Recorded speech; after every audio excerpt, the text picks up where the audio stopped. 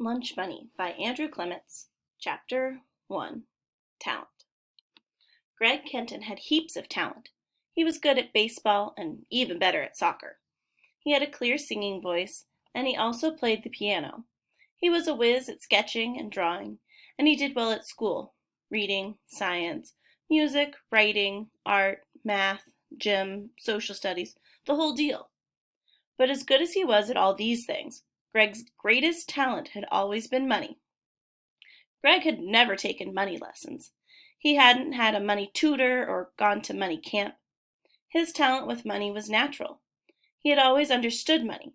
He knew how to save it, how to keep track of it, how to grow it, and most of all, how to make it. It takes some kids years and years to figure out that everything is worth something. Not Gregg. Sitting in a grocery cart by the door of the supermarket, he had watched with sharp brown eyes as his mom dropped a small metal disc into a red machine. Then she turned the crank, and a handful of M&Ms had rattled out into her hand. Gregg loved the sweet, crunchy taste, but it wasn't the candy that had captured his imagination. It was that shiny silver coin. While he was still a skinny preschooler with curly brown hair, Gregg had learned to keep his eyes and ears open. One day at breakfast, his biggest brother Ross griped, "How come I have to make my bed? I'm just going to mess it up again tonight." His other big brother Edward chimed in, "And cleaning up our rooms every single morning? That's not fair. Besides, they're our rooms." His mom had answered, "Yes, but your rooms are in my house, and I like my house tidy. So if you want to keep getting your allowances every Friday, get back upstairs and fix the mess." Ross and Edward had grumbled all the way back to their rooms. Their little brother followed them, and 2 minutes later, Gregg had started a housekeeping business. Making a bed, 10 cents. Putting dirty clothes in the laundry, 5 cents. Putting clean clothes away, 2 cents. And hanging up used towels, 3 cents each. If both his big brothers were complete slobs, and they usually were, Gregg earned a little more than $2 a week. So it was certainly not a get-rich-quick scheme, but that wasn't what Gregg was trying to do. He was perfectly happy to get rich slowly, because being patient is a big part of having money talent. Gregg understood that a year has 52 weeks, so between the ages of 4 and 6, Gregg transformed rumpled sheets, used underwear, smelly socks, and soggy towels into beautiful, spendable cash. More than $200! Then his mom shut down his business, insisting that Ross and Edward had to do their own chores. When he was still in nursery school, Gregg had taken charge of recycling the family's trash. He emptied all the waste baskets at least once a week. At the bins out in the garage, he sorted the newspapers and magazines from the cardboard, the aluminum from the steel, and the 1 plastic from the 2 plastic. As a reward for his service, which took him only 10 minutes a week, Gregg was allowed to keep the deposit refunds on all the cans and bottles. This added up to about $4 a month in the cool seasons and $8 a month during the long, thirsty summer. As a 7- and 8-year-old, Gregg had found other ways to make money around the house and yard. He shined his dad's and mom's dress shoes for 50 cents a pair. He scrubbed black heel marks and old wax off the floor tiles in the kitchen for 10 cents a square.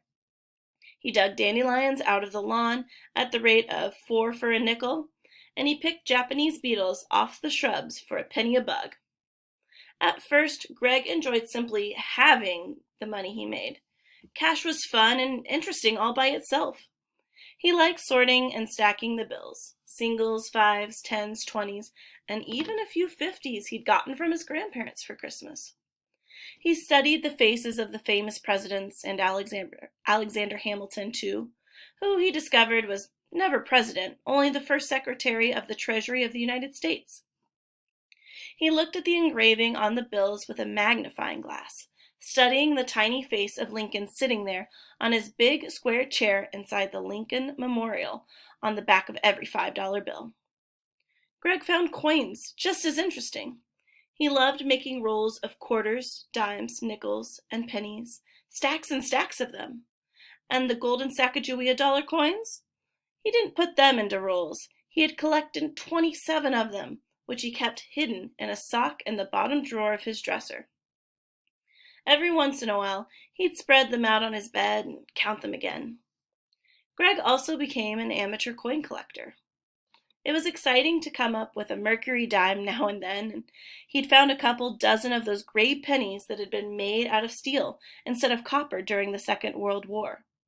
He had found pennies that were worth $10 or more, and that can get a kid thinking.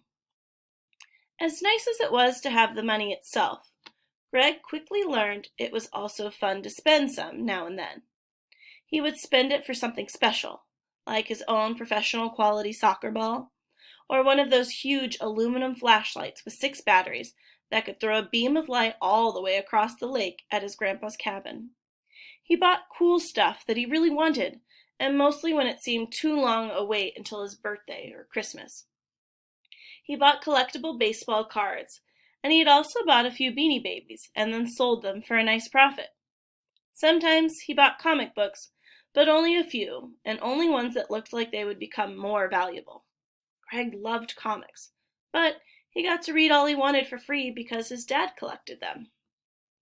By the time he got to third grade, Gregg had set himself a goal. He wanted to be rich. He thought it would be fantastic to be able to spend all the money he wanted anytime he felt like it. If he wanted to get the world's fastest computer, plus 100 of the best games, no problem. If he wanted a car, a speedboat, a house in the mountains, a home theater system, or even a whole island out in the middle of the Pacific, plus his own seaplane and private crew to fly him there, no problem. Gregg was sure that someday he'd be able to get anything he wanted. All he'd need was money. And he wasn't that different from his friends. A lot of them also dreamed about getting rich, and some of them wanted to be famous too. Gregg didn't care much about fame. What was the point? Besides, he figured that if he got rich enough, like really super rich, then the famous part would happen automatically anyway. But there was one big difference between Gregg and most of his friends. He wasn't just dreaming about getting rich, he was working at it. As Gregg reached third grade and then fourth, his whole neighborhood had become the land of opportunity. He was thin but wiry and strong enough to tackle any job he put his mind to. Gregg raked and bagged leaves in the fall and again in the spring. He washed cars all spring, summer, and fall, and on hot days he sold lemonade. He shoveled snow and salted icy sidewalks in the winter. Gregg became a feeder of cats, a walker of dogs, and a collector of mail and newspapers for people on vacation. He swept garages and straightened up messy basements. If people ever decided to throw things away, Gregg kept the good stuff for himself and hauled it home to his own little corner of the Kenton family garage. And when he had collected enough interesting junk, Gregg would drag it all out to the end of the driveway and put up a sign and hold a sale. Neighborhood money filled Gregg's pockets the way rain fills puddles. For example, consider what Gregg earned just from shoveling snow. He had 8 customers within 2 blocks of his house, and every time it snowed, he shoveled their front walks for a flat rate, $10. The winter of his third grade year, it snowed 6 times, and the winter of his fourth grade year, it snowed 5 times. And 11 snowfalls times 8 customers equals 88 shoveling sessions, times $10 for each one equals $880, which isn't just a lot of money to a 9-year-old. $880 is a lot of money to anybody. It hadn't taken Gregg long to become the family banker. If his mom and dad were running late for a movie on a Saturday night, Gregg was happy to lend them $20, as long as they signed his little record book and promised to repay the money. And his parents got special treatment. They didn't have to pay Gregg's usual lending fees. After all, they didn't charge him for the food he ate or for the safe warm bed he slept in every night. So that seemed fair.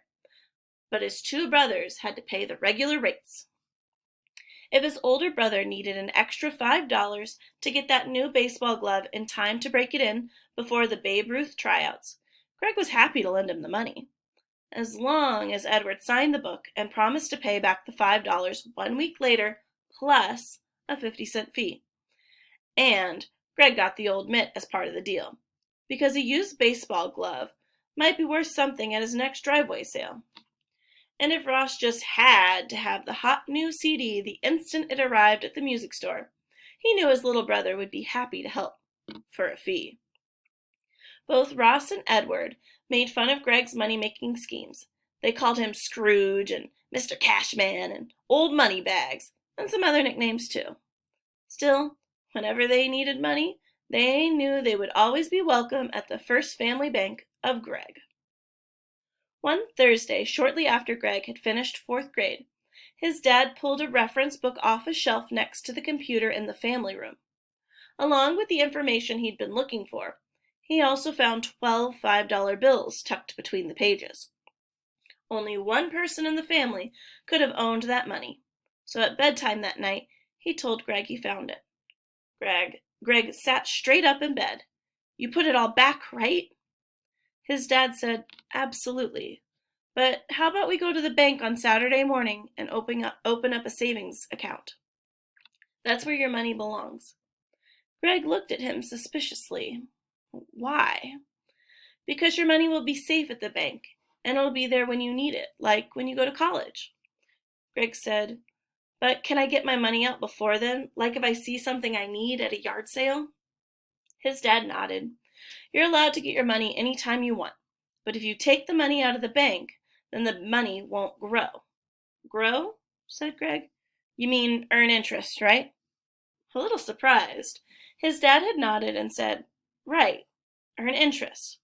If you put $100 in the bank and leave it there for 1 year, the bank will add $5 more to it, so then you'll have $105. That's called earning 5% interest a year. And all that money has to do is sit there. Pretty neat, huh?" Gregg thought about that.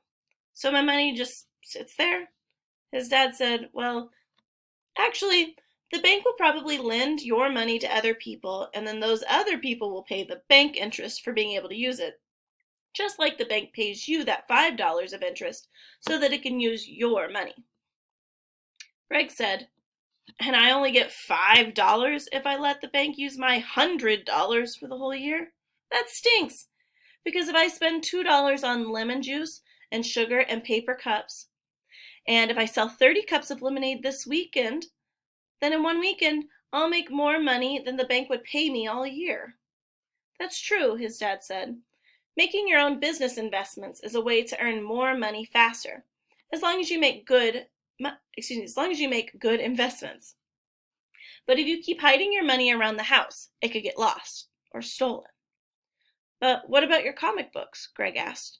"You keep your whole collection right here in the house." His dad nodded.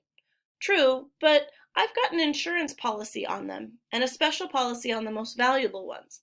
And if something happened to my comics, the insurance company would pay me back the money they're worth. But you can't get an insurance policy on money itself, unless you keep it in a bank. So if our house burned down, you'd have no money at all, none, and you'd get nothing back." That got Gregg's attention. The next day, Gregg had retrieved money from about 30 different hiding places around the house and yard and garage. And on Saturday morning, he'd gone to the bank and opened his own savings account with a first deposit that amazed his dad. More than $3,200. And that wasn't even all of Gregg's money, just most of it. He kept a couple $100 at home because Gregg already understood that sometimes a business person needs money right away. By the age of 11, he was well on his way to success, always on the lookout for new money-making opportunities.